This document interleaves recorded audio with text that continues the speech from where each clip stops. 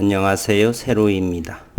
오늘은 RF텍에서 주린 이분들과 최근에 주가의 모습 그리고 오늘 특히나 수급 분석에 역점을 둔 영상입니다.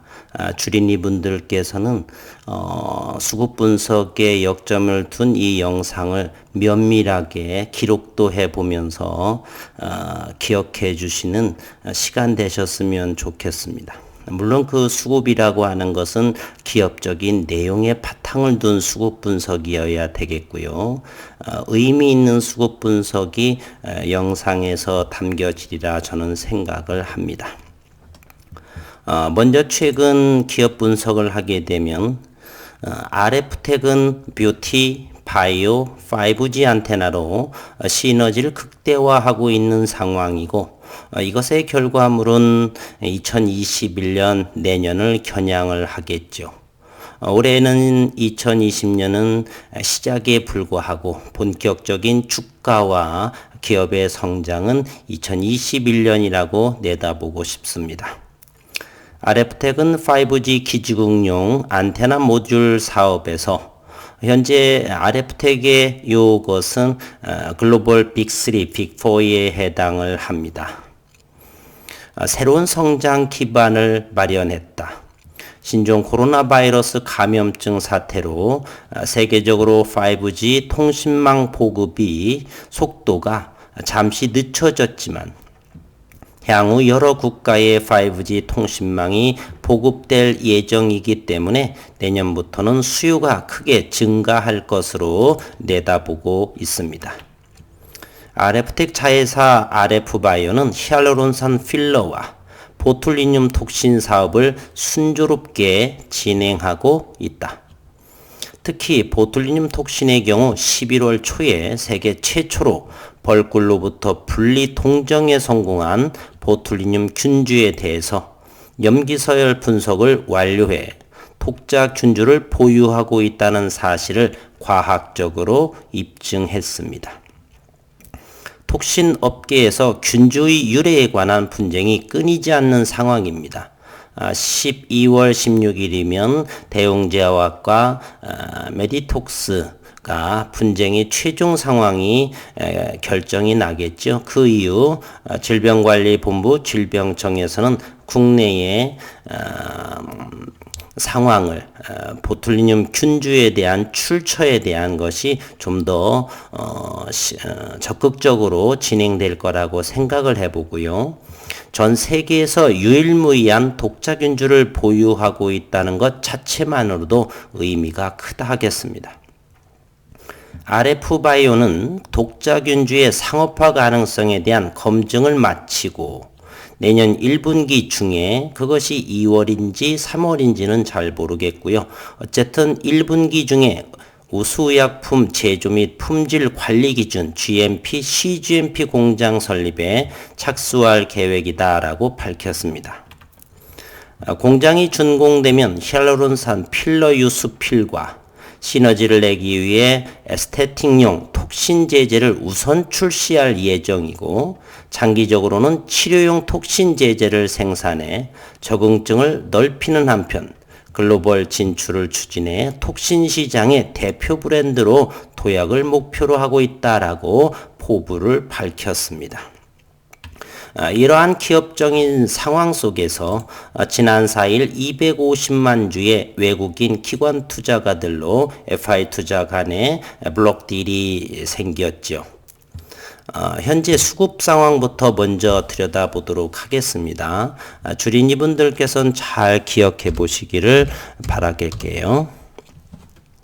12월 4일 날 외국인은 장중에 97,000주를 매도했었고요. 11,000원 이하에서 현재 20만 주, 87,000주, 12만 5천주 금요일에 이와 같이 외국인들은 매도세로 임하고 있지만 주가는 그렇게 크게 변동사항이었고 11,000원 아래에서 진행되고 있습니다. 그러면 외국인들은 그동안에 RF텍에서 얼마의 지분을 보유하고 있느냐 잠시 살펴보면요. 100만 주 정도는 항상 적게는 70만 주에서 100만 주 정도는 항상 보유했다는 사실을 알 수 있습니다. 잠시 외국인들의 지분 구조를 들여다보면은요, 3%대, 어떨 때는 94만 주, 85만 주, 최저 70만 주까지를 보유하고, 이제 장기적으로 내년에 5G 때문에 70만 주보다는 100만 주 정도는 지분 보유를 하지 않겠는가. 그러면 11,000원 아래에서는 현재 외국인은 4일째 매도하고 있습니다. 이때 134만 2천 주 요거는요 9만 7천 주를 매도한 상황까지 고려를 해서 그렇게 되면 150만 주 정도를 받고 기관이 100만 주, 250만 주를 외국인과 기관이 FI 투자자로부터 250만 주를 받고요. 그래서 이때 7%대까지 올랐지만 할인율 적용해서 11,000원 아래에서는 현재 외국인은 이렇게 매도 익절하고 있는 상황입니다. 현재 외국인은 163만 4천 주죠. 따라서 앞으로 11,000원 아래에서 이 60만 주 정도가 지속 출회될 것인가? 아니라고 한다면 11,000원 아래에서는 어느 정도가 매도세가 이루어지고 나머지는 11,000원 이상과 그 이상에서 출회될 거라고 생각을 합니다. 일단 기관 같은 경우는 이때 12월 블록딜을 하고 12월 9일 날 20만 주가 나오고 11,000원 아래에서 기관들은 이제 더 이상 매도하지 않고 매수세로 돌아선 모습입니다. 물론 다음 주 한 주 기관의 물량을 봐야 되겠지만 일단은 이틀 동안은 매수 견지로 보여지고 있습니다. 특히 기관 투자가가 100만 주 받은 것은 바로 투신이었죠. 투신은 7만 5천 주를 그 이길 날 7만 5천 주를 매도하고 그리고 투신에서는 그 이후 이틀 동안 매수를 견지했다라고 하는 것은 투신에서는 블록딜 물량을 받았지만 11,000원 아래에서는 일단 매도하지 않겠다라고 이렇게 수급을 확인할 수가 있고요. 반면에 외국인은 여전히 매도세에 임하고 있지만 주가는 가격 하락보다는 기관 조정 1,700원이라든지 저점 잠시 잠깐이지만 1,650원. 일단 외국인들은 현재 11,000원 아래에서는 매도 상황에 있고 매도 상황에 있어도 현재 외국인은 160만 주. 그러면 11,000원 아래에서 60만 주 이상이 더 출회될 것이냐. 일단은 기관 투자가들은 매수세로 돌아섰고요. 일단 그러니까 기관 투자가는 11,000원 아래에서는 블록딜 물량을 팔지 않겠다는 의미로 현재로서는 보여지고 외국인은 지속적으로 더 익절하겠다라고는 포지션입니다. 따라서 이번 주 월요일부터 금요일까지는 기관과 외국인의 수급 동향을 잘 지켜보시고 외국인이 더 이상 매물이 나오지 않는다라면 주가는 한 단계 레벨업 돼서 11,000원 이상에서 외국인들은 좀 더 나올 소지가 있고 물론 11,000원이 넘어가게 되면 기관 투자가들도 매도세로 나올 수도 있습니다. 따라서 다음 주 중에 외국인과 기관 투자가들의 수급 동향을 면밀하게 지켜보시면서 저점 공략으로 장기적인 관점으로 저점 매수를 이렇게 말씀드려 봅니다. 개인적으로 생각을 하게 되면 현재 회사의 상황으로 보고 5G에 대한 고려를 해본다라고 한다면 외국인은 현재 163만 주인데 140만 주 내에서 일단 11,000원 아래에서는 제한적이지 않겠느냐. 그리고 풍부한 수급도 만만치 않습니다. 지속적으로 며칠째 거의 기간 조정으로 11,000원 아래에서는 큰 폭의 하락이 보이지 않습니다.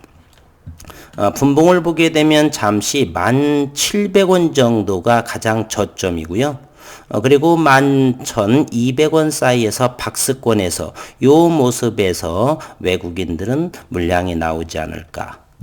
더 이상 이 밴드 안에서 물량이 외국인 물량이 블록될 물량이 출회되지 않는다라고 한다면 저점은 11,000원대가 되지 않나 이렇게 한 단계 저점이 올라가는 상황이 되겠죠.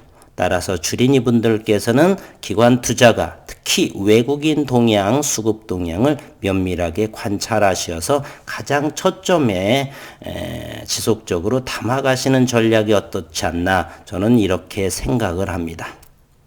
꼭 기억을 하셔서 가장 저점에 잘 담아 보시기를 권해드립니다. 한 주 동안 수급 상황을 마쳤고요. 주봉 한번 볼까요? 주봉의 모습을 이와 같이 보게 되면 최근 지난주부터 이렇게 밀리질 않는 모습입니다. 이곳을 보게 되면요. 요 주봉상에서 요 가격, 즉 요 가격이 저점이 1,500원, 600원으로 주봉상을 형성하고 있습니다. 따라서 저점은 1,600원 정도. 이것은 주봉이기 때문에 그렇고요. 일봉상으로 보게 되면은 1,700원 정도가 저점 정도가 보여집니다. 꼭 기억을 하셔서 전략을 잘 수립해 보시기를 권해드립니다. 한 주 동안 수고 많으셨고요. 일요일, 휴일 건강하시고 행복한 시간 되시기를 바라겠습니다. 한 주 동안 애 많이 쓰셨습니다. 수고 많으셨습니다.